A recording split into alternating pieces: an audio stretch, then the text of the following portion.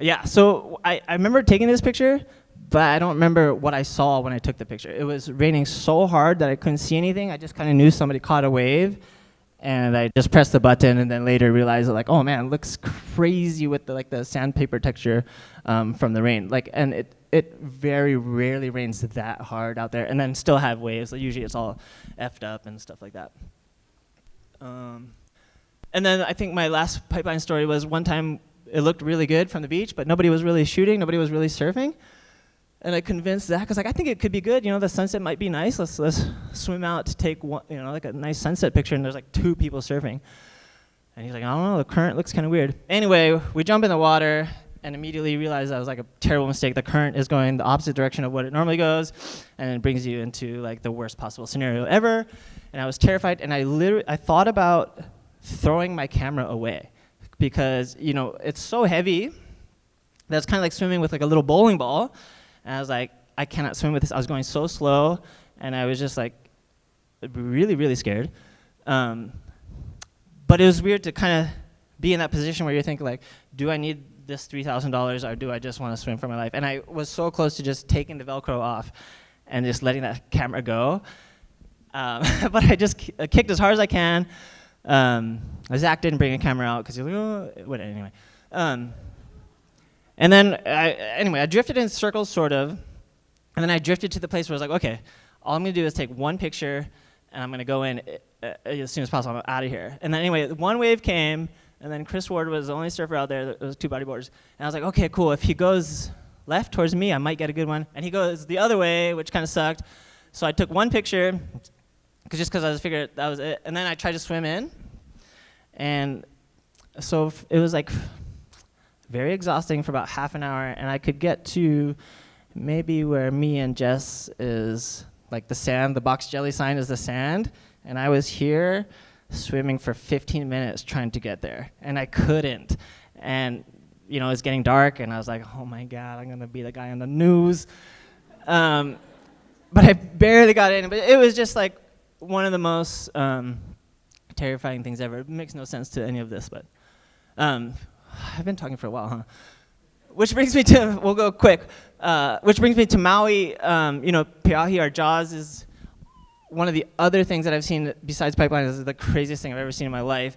So I just kind of wanted to show you guys too, because it was just like, I don't even know if you need to be a surf photographer into surfing or whatever, but to see people ride waves or see waves that huge was amazing. I was on a jet ski. I wasn't swimming, but I've never been on a jet ski before.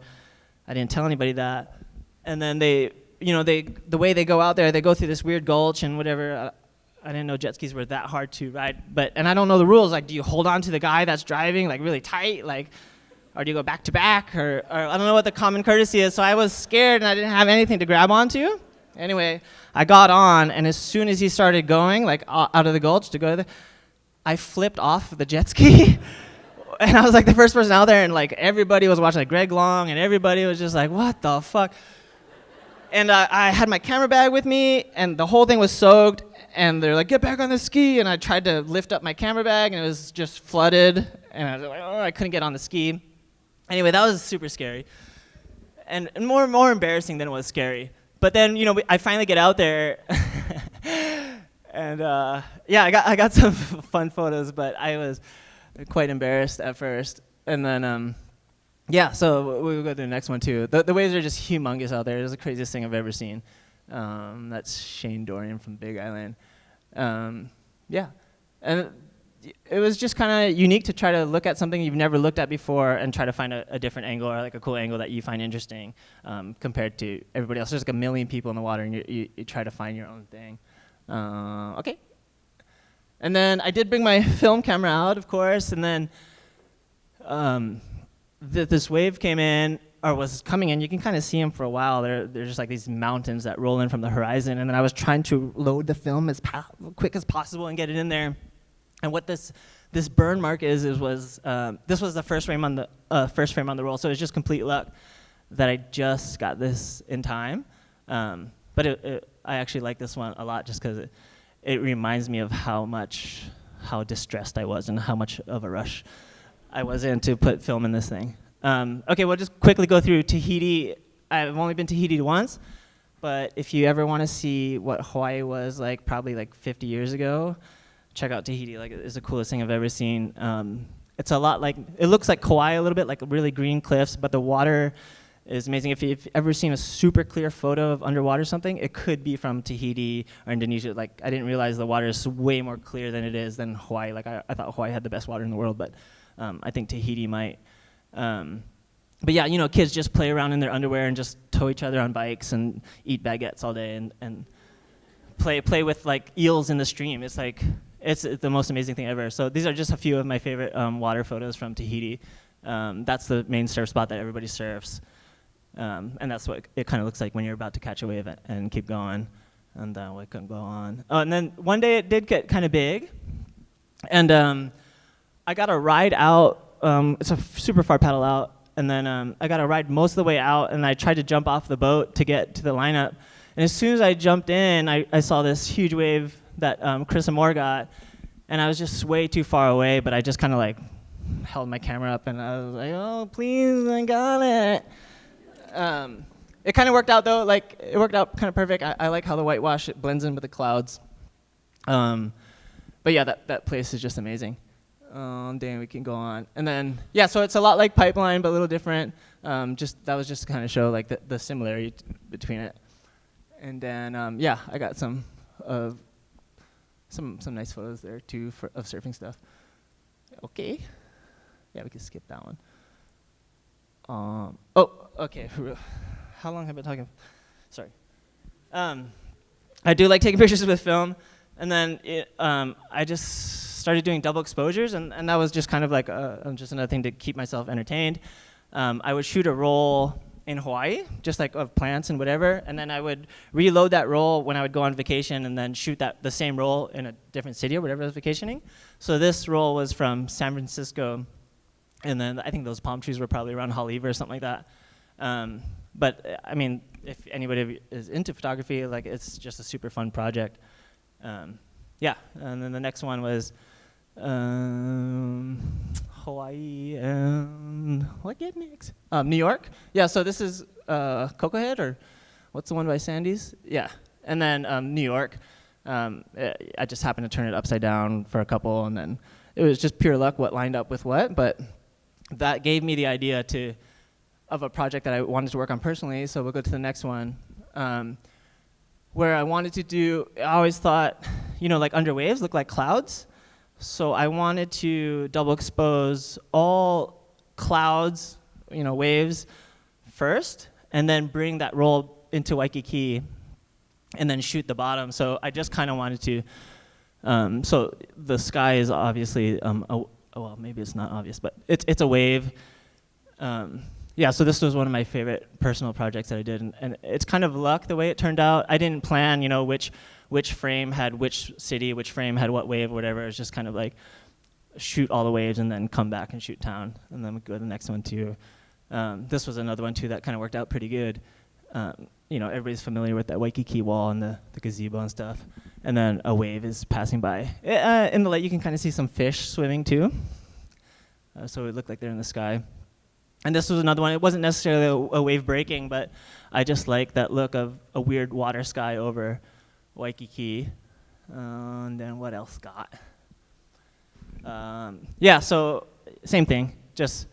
That's just water as a sky, and then town as the bottom, and then the next frame is the same frame, but it just happened to have a different sky, or you know, clouds. And it was just pure luck which one turned out which, and I kind of like this one. Although a lot of people just think it's a storm up there, but it's underwater. And then I just wanted to say that if anybody is into water photography or like into underwater photos, to check out my friend Wayne Levin. This is a picture of my friend Wayne swimming. He has the best underwater photos I've ever seen in my entire life. He's my spirit animal. But this is a picture we did for a story for Flux magazine that I got a picture of him, and I was just so happy that he liked it. But if you're into underwater photography, please check his stuff out.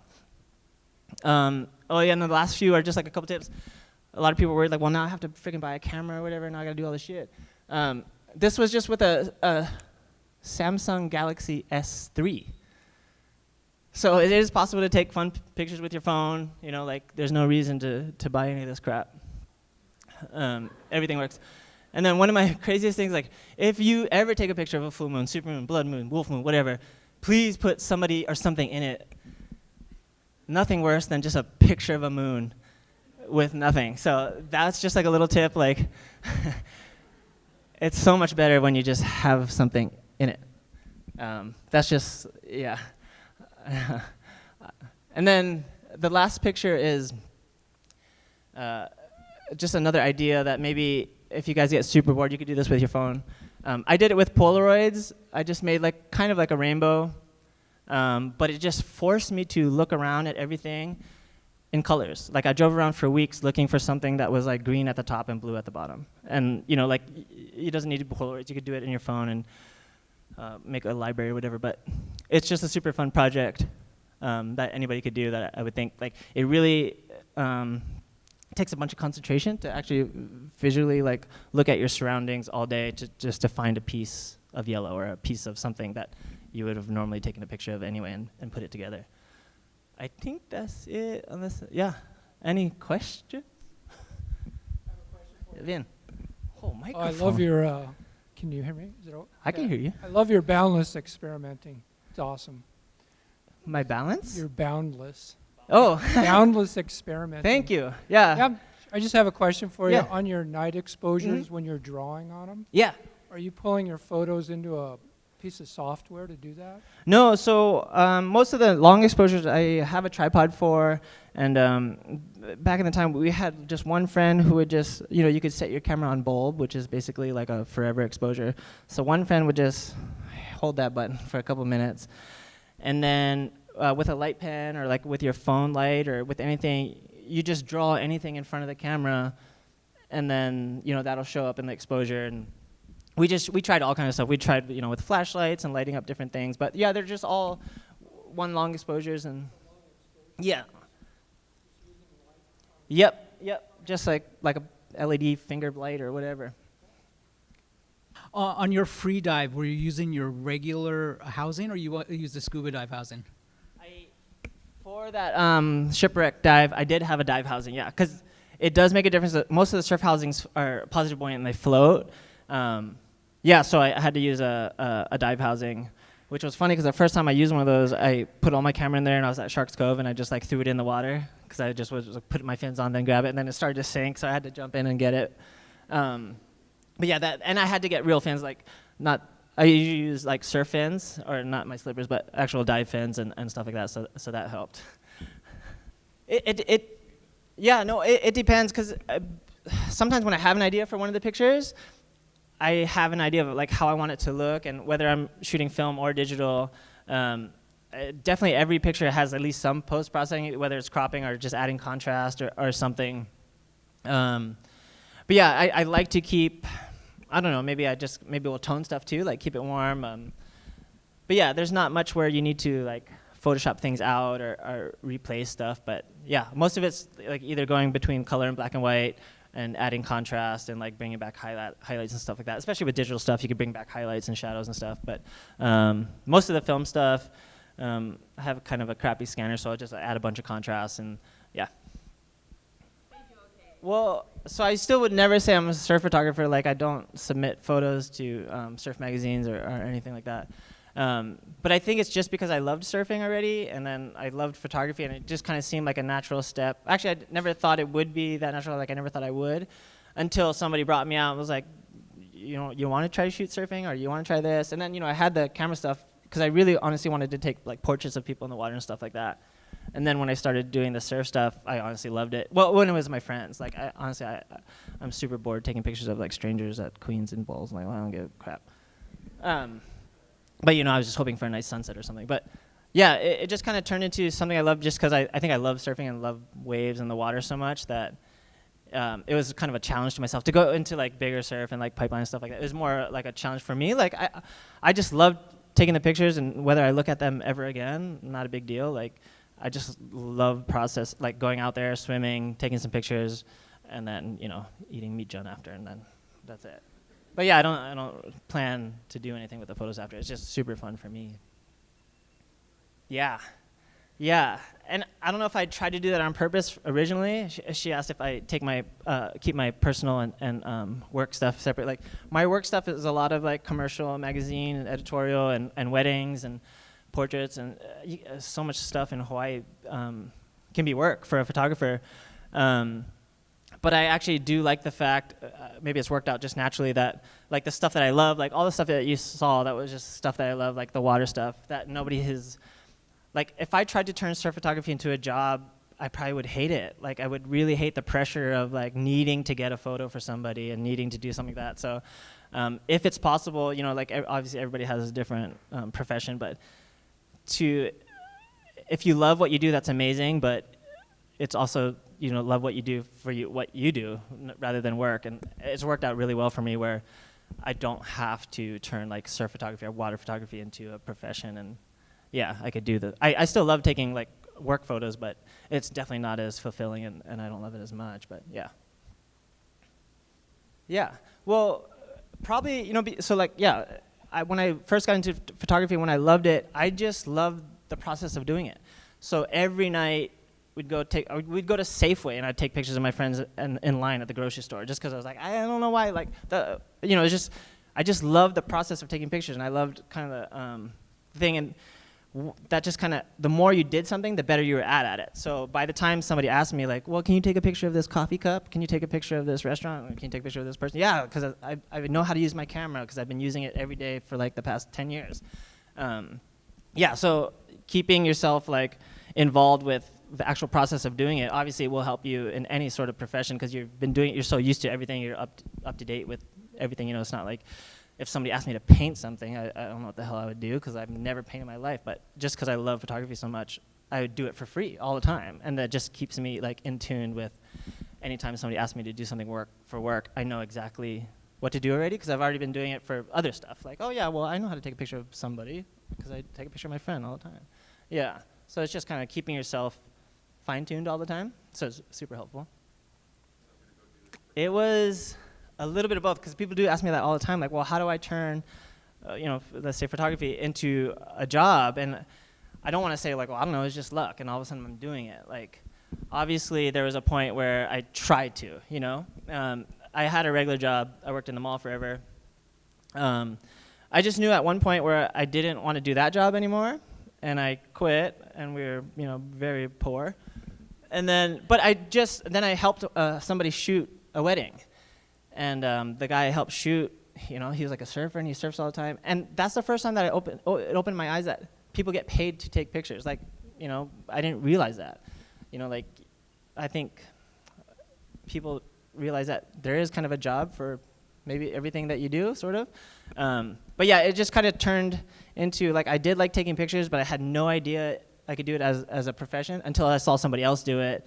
And I saw the example, and I was like, wow, it's super possible. So then after I quit my job, you know, like, was kind of trying to do that, but I didn't know how. I just knew that I just wanted to take pictures of things that I liked.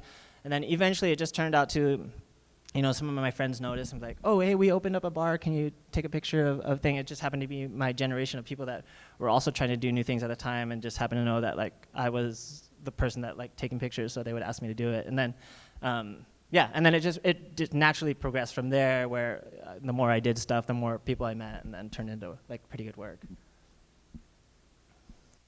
Well, first, I probably don't do anything if I really think it's not worth it for myself. Like, a lot of the stuff that I push myself to do or try to keep me busy, I do as a reward for myself. Like, I'll like doing it, you know, I'll feel better after I do it. I don't know, there's just kind of, honestly, there is a little bit of like, you see somebody else doing it, and there's a little bit like, I kind of want to do that too, or like, I want to at least know that I could, just to, you know, like, I want to be able to do it. Yeah, and I don't know, it's just, it's weird because I necessarily don't look at the photos after. I really like the process of it, and I'm not really like a tech head or anything like that. Yes, and I don't know. Well, a lot of it's like outdoors in nature too. So sometimes, like, if I see something, there's just something about me that just makes me feel like I want to go out and take a photograph of it. Yeah, yeah. But I just make sure it's safe, and if it's worth it, then I'll try it. Like, there's no harm in trying it. Like, well, if I fail trying to do something for myself, then who cares but me? You know, like, I'm not trying to impress somebody else. So, yeah, I think if you're doing it for yourself initially, then you can't go wrong. Now, just want to say thanks again, John. Let's hear it for John Hook.